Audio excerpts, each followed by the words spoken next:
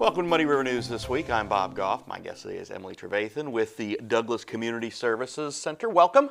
Hi. Great to have you here. Yeah, thanks for having me this morning. You are, we want to talk about the Volunteer Services Program, but we're going to talk about all of Douglas's great programs in general, but it sounds like you're really ramping up volunteer services. We are. This summer we had a strategic planning with the board and the senior leadership team, and we decided that we really needed to get back into having a volunteer service program. And we talked about it, discussed it. We want it to be a multi-generational program. So meeting our mission of serving and leading our community in building strong families, strong kids, and strong communities. So we want to look at pulling in Boy Scouts, Girl Scouts, school groups. The high school has the A+ school program that they need. Sure. They need tutoring time. They need community service, and this is just a way to help them that way. And then our colleges too. Yeah, and of course the Catholic kids need their service hours in for all of their all the sacraments and all that stuff too. Yes, and they used to help us out quite a bit. And when we transitioned from the old building now back to the new building, we need to make those connections again. But I think that again, when you talk about it being generational, you've got people who have committed their lives and done this for a long, long time. But it seems as the generations get on, people get busier, they get distracted, and it sounds like the younger generation kind of needs to be reminded, hey, we need your help to make this whole thing work. Absolutely, and that's totally where I'm at with going to the youth and reminding them that they're part of this community too, Sure. And they have the ability to make a difference. And I think also getting them more involved maybe makes them appreciate their hometown more. Yeah. Because, obviously the goal of us who have, grown up around here and have stayed here, we would like our kids to be here. Mm-hmm. And we're not getting a lot of that these days. Right. So you think appealing to the kids is kind of making ways like, this is a pretty good place to live, maybe I will stay here. Yeah. Yep, that's my goal. I was here earlier this summer talking about Kids in Motion too, mm-hmm. right? And showing those kids that there are multiple opportunities for employment, for entrepreneurship, and for this idea of giving back and connecting with the community. Also with that, and when you talk about the programs, and you need volunteers for every aspect of what you do at Douglas, right? We do. Because you were telling me earlier you got a staff of about 125 people, which is great for all the programs, but still, you guys do so much. Those 125 people are worked really hard. They all need help. Yes, absolutely.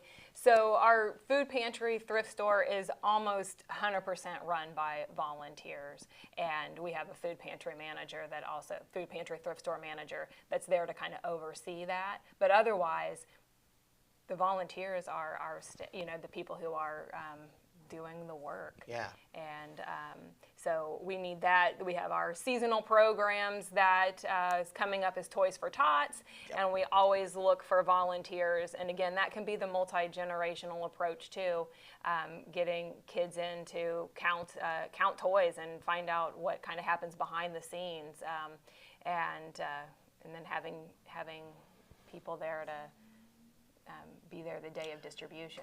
And you mentioned Toys for Tots. It sure doesn't seem like it's time for Christmas already. Oh, it is. We kick off our campaign on October 1st. Oh, wow. All of the boxes, collection boxes are going out to the community. Our application for toys opens on October 1st. Well, that's next week. It is. So yeah, it's a good thing you're here. We're busy, yes. So what do you need to make that go? What do we need? We do, like I said, we need those volunteers that come to our warehouse to help count toys. Come December 1st, we need some volunteers to go back out into the community and pick up the toy boxes and the coin cans. We also need people to help us the day of. It's our distribution in Hannibal is the, the 9th and 10th at the Armory from 9 to 5. Our clients come in, they shop for their kids, so we pair a volunteer with a parent to go around and help them find what they want for what they need for their kids for this season. It's a great program, and again, everybody wants to have kids to have stuff under the tree, and it's just a great program. So. You got one of the things, you also deal with SNAP benefits. We do. what kind of impact is Douglas seeing from the federal level? So far, we're seeing more clients coming in the door to our food pantry just to try to offset. As far as our work at the farmers market, we still have that SNAP program where people can come and trade in their SNAP dollars for tokens for our farmers market, and we have a double up program going on until the end of October. So you ask for $25 from SNAP, and then you get a matching $25. So we're doubling the purchase power at the farmers market, plus you get all of that fresh local produce. Talk about your funding in general. Do you get federal funding?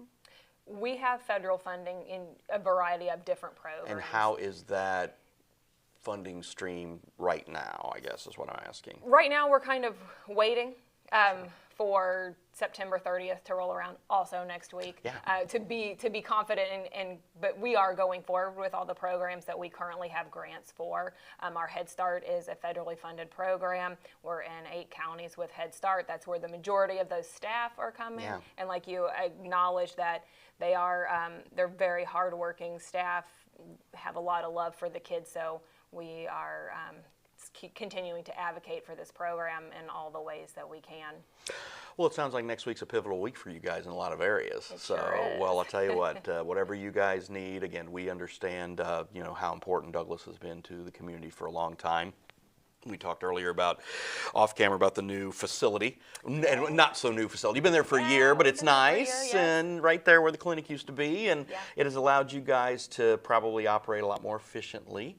And I think that in having something there, it is a nice, new, still relatively new place for people to come.